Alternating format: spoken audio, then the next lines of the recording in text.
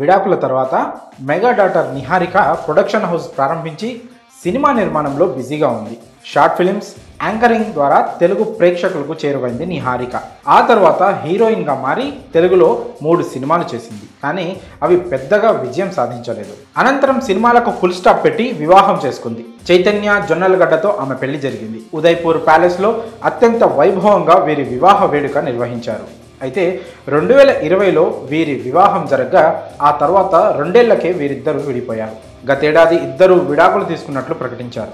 ఆ తర్వాత నిహారిక, చైతన్య తమ విడాకుల అంశంపై ఎక్కడా స్పందించలేదు. ఇదిలా ఉండగా తాజాగా నిహారిక యూట్యూబర్ నిఖిల్ విజేంద్ర సింహాకు ఇచ్చిన ఇంటర్వ్యూలో విడాకులకు గల కారణాలు వివరించింది. ఇంటర్వ్యూలో మాట్లాడుతూ మనుషులను త్వరగా నమ్మకూడదనే విషయం తనకు పెళ్లి తర్వాతే తెలిసిందని చెప్పింది నిహారిక.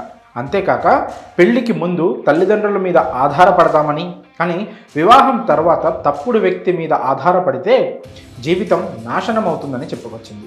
అయితే విడాకుల తర్వాత తన కుటుంబం తనకు ఎంతో మద్దతుగా నిలిచిందని, తాను సంతోషంగా ఉండడమే తన కుటుంబానికి ముఖ్యమని చెప్పుకొచ్చింది. ప్రస్తుతం ఒంటరిగా ఉన్నా సంతోషంగా ఉన్నానన్నది. నాగబాబు లాంటి తండ్రి దొరకడం తన అదృష్టమని చెప్పుకొచ్చింది నిహారిక.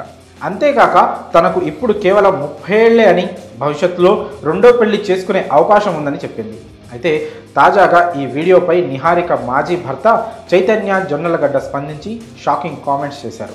నిహారిక గురించి ఎక్కడా ప్రస్తావించకుండా ఆమెను ఇంటర్వ్యూ చేసిన నిఖిల్ విజేంద్ర సింహపై సీరియస్ అయ్యాడు. విడాకులపై పరోక్షంగా తన వైపు గల కారణాలు చెప్పే ప్రయత్నం చేశాడు చైతన్య. హాయ్ నిఖిల్, నిహారిక మీద నెగిటివిటీ రాకుండా చూసుకునేందుకు నువ్వు చేస్తున్న ప్రయత్నం బాగానే ఉంది. కాకపోతే ఆలస్యమైంది. వ్యక్తిగత సమస్యలను ఎదుర్కోవడం అంత సులభం కాదని నాకు తెలుసు. కానీ ఈ ప్లాట్ఫామ్ వేదికగా మీరు పరోక్షంగా బాధితురాలు అనే ట్యాగ్ క్రియేట్ చేసే ప్రయత్నాలు మానుకోండి అని సూచించాడు. నిఖిల్ ఇలా చేయడం ఇది 2వసారి అని చెప్పుకొచ్చాడు చైతన్య. విడాకుల విషయంలో బాధ, దానిలో నుంచి బయటపడడం అనేది 2 వైపులా ఒకే విధంగా ఉంటుంది. కాకపోతే ఆ బాధ నుంచి ఎలా బయటపడ్డామనే దాని గురించి మాట్లాడితే ఇది జనాలకు ఉపయోగపడుతుంది. దేని గురించైనా పూర్తిగా తెలుసుకోకుండా ఓ నిర్ణయానికి రావడం అనేది సరైంది కాదు. దాన్ని నేను కూడా అంగీకరిస్తాను. అలానే ఇలాంటి వేదికల మీద నాణ్యానికి ఒకవైపు మాత్రమే చూపించే ప్రయత్నాలు చేయడం కూడా అంతే తప్పు.